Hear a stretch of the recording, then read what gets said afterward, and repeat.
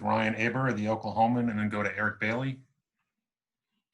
Yeah, Adrian, when you look at this West Virginia defensive line, like you just talked about, how strong they are up front, what are some of the biggest challenges facing that defense?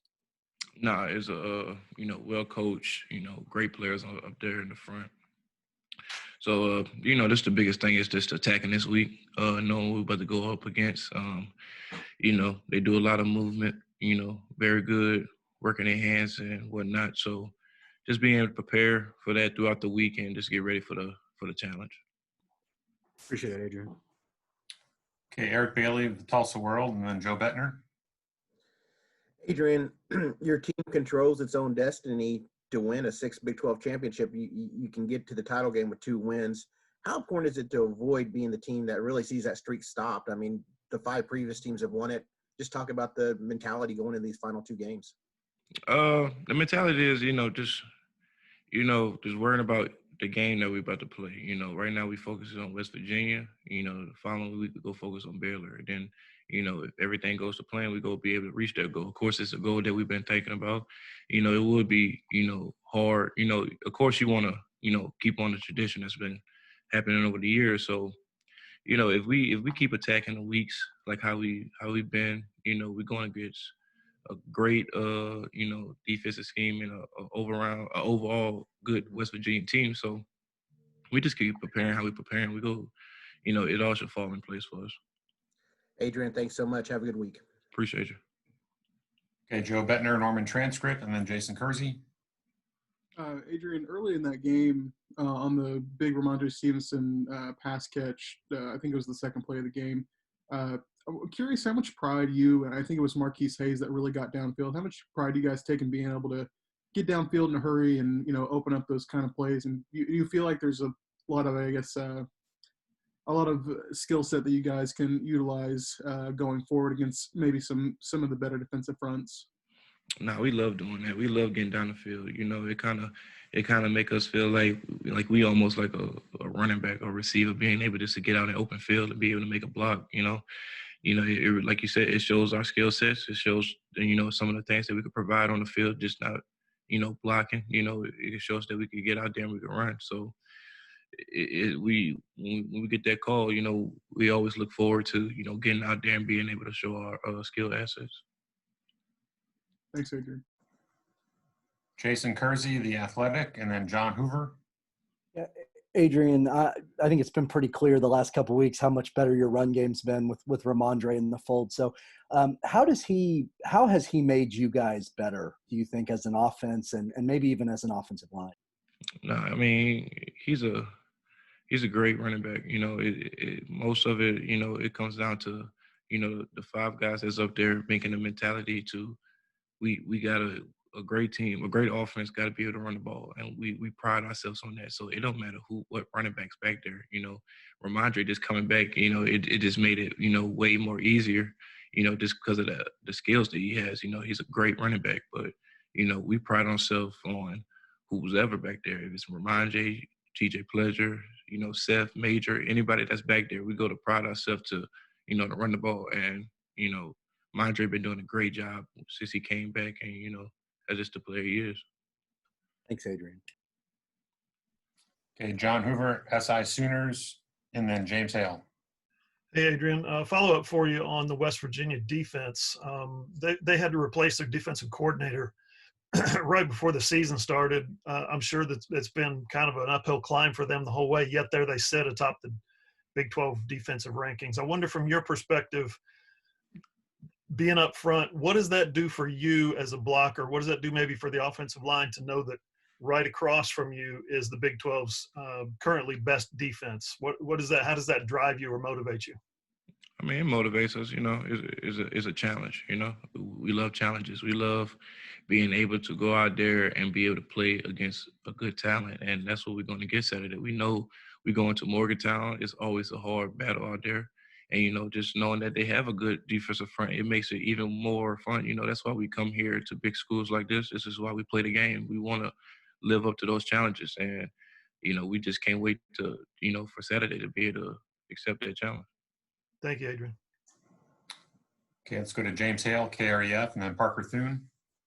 Hey, Adrian, you guys were spectacular in the first and fourth quarter, kind of, average in the second and third by your own standards.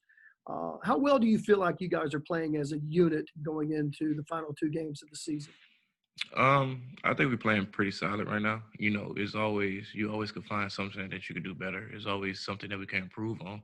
Right now, I could say that we just, we're not worried about the outside noise. We're really just focusing on us, and not just the 5 that's on that, that starts. It's everyone in that group. Everyone plays a part of that O-line who's in that room. So, we really have been trying to, because the mentality's there. I know that's there. We just really just been trying to, look ourselves in the mirror and see what we could do to get better. Thanks, man. Okay, let's go to Parker Thune with SI Sooners, and then Lee Benson. Adrian, wondering about Chris Murray. Obviously, he hasn't seen a ton of game snaps quite yet, but what have you seen from him, and how is he coming along alongside you in that offensive lineman? He's a great player. He's going to be a great player. What I love about him is the passion that he has for the game. He really passionate when he comes on the field, even at practice. You know what I mean? So, I feel that it feels like he's been here for years. He picked up on the mentality quick. He knows the standard that we live up to at this school for offensive linemen, and he just accepted the challenge. And he coming here, he works every day, put his head down, he just go to work, and I love that about him. I love the passion that he brings to the game. Thanks, Adrian. Appreciate you. Sorry about that. Yeah. Go to Lee Benson and then Brandon Drum.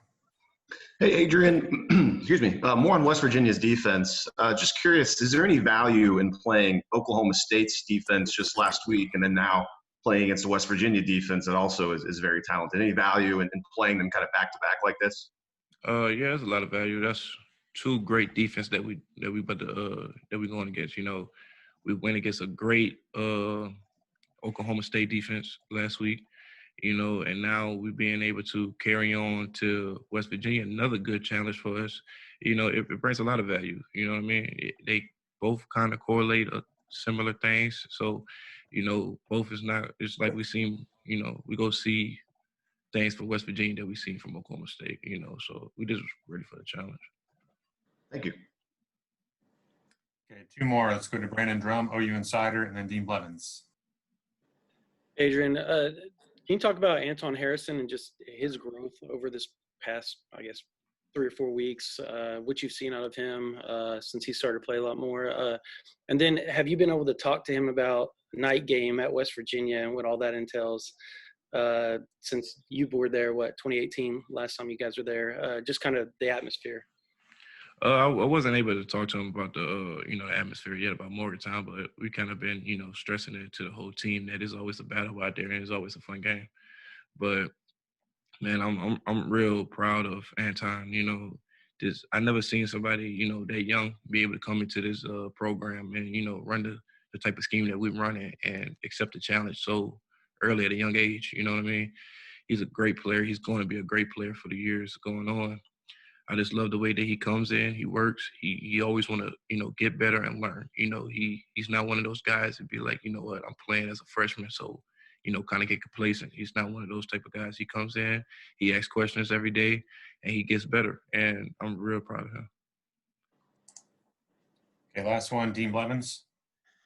Yeah, Adrian, you guys have done a good job with being disciplined with COVID for the most part.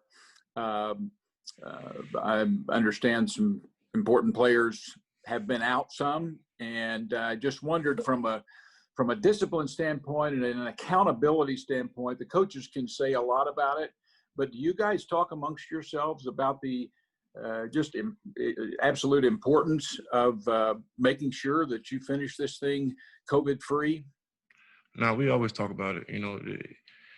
It's a time that we live in now. Nobody's used to this. It's all new to everybody. So, everyone that's on this team right now, we all committed that if we want to try to make this run of what we're trying to do, this is something that we got to be able to, handle. And we've been doing a great job. We're doing a great job. You rarely see anything with us with COVID. That's because we press it every day to, wear your mask. It's not usual, but that's something we got to do. That's the life we live in now. So if we want to be able to make this run, that's one of the biggest parts to be able to make it. Because if, numbers go up, we ain't gonna be able to do that. So, I feel like everybody's devoted to wearing that mask. So, we don't take ourselves out of the chance of being able to reach our goals.